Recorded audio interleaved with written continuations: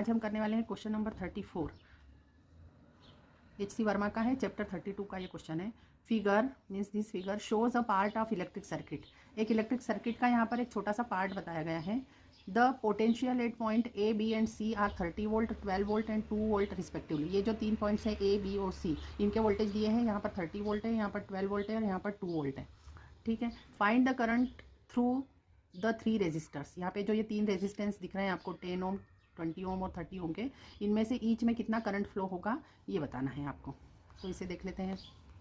अब ये question number 34 में हमको ईच रेजिस्टेंस में फ्लो होने वाला करंट बताना है और यहाँ पर A, B और C के वोल्टेज दिए हुए हैं। तो यहाँ पर हम क्या करते हैं कि ये जो एक पॉइंट है यहाँ पर बीच वाला, ये वाले पॉइंट को हम नाम दे देते हैं D और जिसका वोल्टेज हम लेट कर लेते हैं V1। ठीक है। मतलब इस 10 ओम के अक्रॉस पोटेंशियल डिफरेंस कितना हुआ है, यहाँ A का 30 वोल्ट है और D पॉइंट का पोटेंशियल है V1 वोल्ट, है ना। और हमेशा हायर पोटेंशियल से लोअर पोटेंशियल पे करंट फ्लो होता है, तो करंट इधर से इधर फ्लो होगा। अभी आपको V1 का पोटेंशियल तो पता नहीं है, लेकिन यहाँ पर 12 और 2 है ना, तो इसी डायरेक्शन में करंट फ्लो होगा। तो यहाँ से आने के बाद समझो ये I करंट आया, तो यहाँ पर इस ब्रांच में कितना जाएगा, अगर लेट करते हैं हम, I1 जा रहा है इधर। ठीक है। तो इधर कितना जाएगा, I में से I1 माइनस हो जाएगा, तो इधर कितना जाएगा, I माइनस I1। ठीक है। तो इस तरह से आपने किरचॉफ्स लॉ से ये करंट डिस्ट्रीब्यूट कर दिया है। अब इस रेजिस्टेंस के लिए यहाँ पर V is equal to IR लगाते हैं। ठीक है। तो यहाँ पर पोटेंशियल डिफरेंस कितना हुआ, 30 माइनस V1, है ना। V is equal to IR formula लगा रहे हैं हम। तो ये फर्स्ट रेजिस्टेंस के लिए क्या हो जाएगा, 30 minus V1 is equal to, इसमें फ्लो होने वाला करंट I है और इसका रेजिस्टेंस 10 है, तो 10I। ये इक्वेशन नंबर 1 बनी।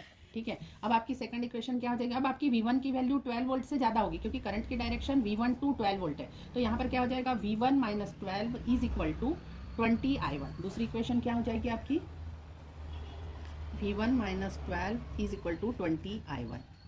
ये इक्वेशन नंबर 2 हो गई। और इक्वेशन नंबर 3 क्या हो जाएगी आपकी, इक्वेशन नंबर 3 हो जाएगी V1 minus 2 is equal to 30 into I minus I1। अब यहाँ पर आप देखिए कि हमको 3 इक्वेशन मिल गई है जो साइमल्टेनियस लीनियर इक्वेशन है, और इसमें देखिए 3 वेरिएबल है, V1, I and I1। 3 variable है और 3 इक्वेशन है, तो इन इक्वेशंस को हम सॉल्व करके तीनों वेरिएबल्स की वैल्यू निकाल सकते हैं, है ना। और बेसिकली हमको निकालनी वैल्यू I और I1 की ही है, हमको यही पूछी, हमको V1 की वैल्यू नहीं पूछी है, लेकिन अगर हमको निकालना पड़ सकती है तो हम निकाल सकते हैं। तो अब हम इसकी वैल्यू निकालते हैं। तो इसकी वैल्यू निकालने के लिए आप क्या करें,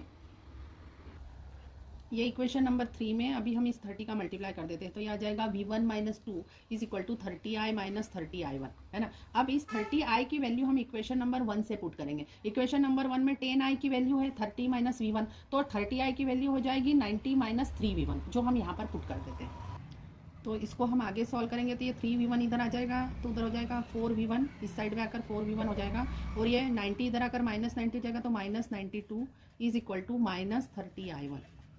ये आया। और अब हम इक्वेशन 2 यहाँ पर लिख लेते हैं, है ना। तो इक्वेशन 2 क्या है, V1 minus 12 is equal to 20I1। ये आपकी इक्वेशन 2 है, इक्वेशन 2 है। ठीक है। अब इस इक्वेशन 2 में हम क्या करते हैं, 4 का मल्टीप्लाई करते हैं और इसको माइनस कर देते हैं।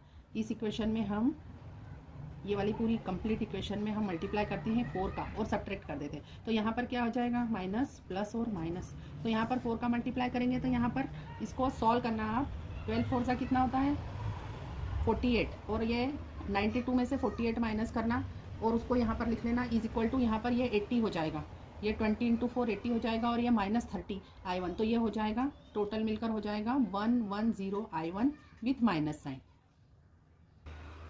और इधर आ जाएगा माइनस 44। आप इसे सॉल्व करेंगे तो I1 की वैल्यू आ जाएगी माइनस 44 अपॉन माइनस 110, 11 से कैंसिल हो जाएगा, तो आ जाएगा 4/10, that is equal to 0.4 ampere. ठीक है। तो ये 0.4 एम्पियर I1 की वैल्यू आई। अब इस I1 की वैल्यू को आप यहाँ पर पुट कर दें इक्वेशन नंबर 2 में। तो इक्वेशन नंबर 2 में पुट करने पर आपकी V1 की वैल्यू आ जाएगी, है ना। तो फ्रॉम इक्वेशन 2 क्या हो जाएगा,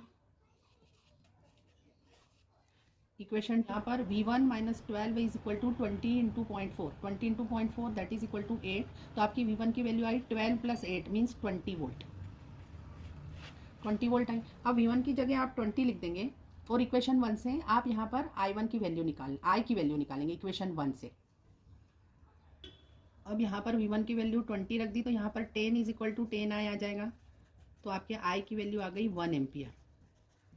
ठीक है। तो आपकी आई की वैल्यू 1 एम्पियर आई है और आपके I1 की वैल्यू 0.4 एम्पियर आई है ना। तो मतलब यहाँ पर देखिए इस 10 ओम के रेजिस्टेंस में से फ्लो होने वाला करंट आपका 1 एम्पियर का होगा, यहाँ 1 एम्पियर का करंट फ्लो होगा। और इस 1 एम्पियर में से यहाँ पर I1 की वैल्यू आपने देखी वो 0.4 एम्पियर आई, और यहाँ पर I माइनस I1 मतलब 1 minus 0.4 means that is equal to 0.6 ampere आपकी वैल्यू आई 30 ओम में से फ्लो होने वाले करंट की। Thank you for watching the video. If you are liking our videos, then please like, subscribe and share the channel Fragrance of Physics.